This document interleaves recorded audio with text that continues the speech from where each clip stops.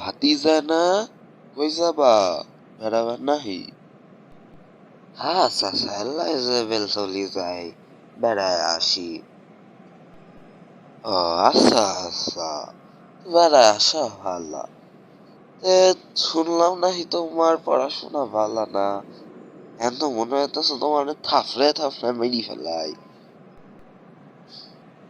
হায় হায় হায় রে, চাচা দাসু শুনি ফেলেছে, এখন আমি কি করবো গো? মারে নাকি? কার কাছে মনে শুনছে? আব্বা আম্মাই কইছে নাকি? কে ভাতিজা? হ্যাঁ, কত কত করে কি আলাপ করো মনে মনে? ফফড়ে গাল ফাড়ায় দিব, একেবারে গালটা লাল হয়ে ঠাপ্পাস হয়ে যাব। ক, পরীক্ষা কি খারাপ হইলো? চাচা আসলে আ- আ- আমার আসলে পরীক্ষা খারাপ হয়েছে ঠিকই, কিন্তু এলা প্রবলেম হয়তো অন্য। তুতলানো শুরু করছিস কে? থাপড়ায় গাল ফাটামো, একটা পরীক্ষা খারাপ হইছে আবার তুই তুতলানো শুরু করছে? তুতলানো শুরু করা বাইর করমু। পরীক্ষা খারাপ করি আবার তুতলাস?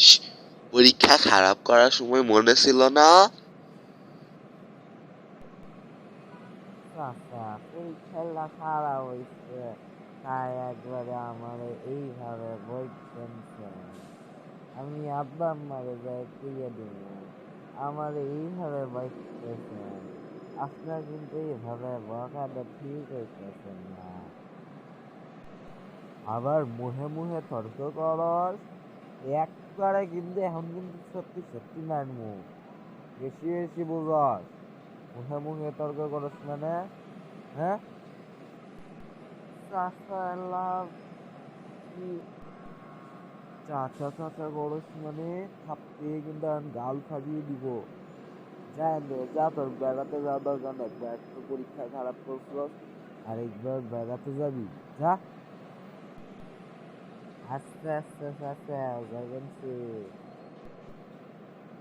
হ্যাঁ হ্যাঁ, যা যা, বেড়াতে যাওয়ার দরকার নেই তো।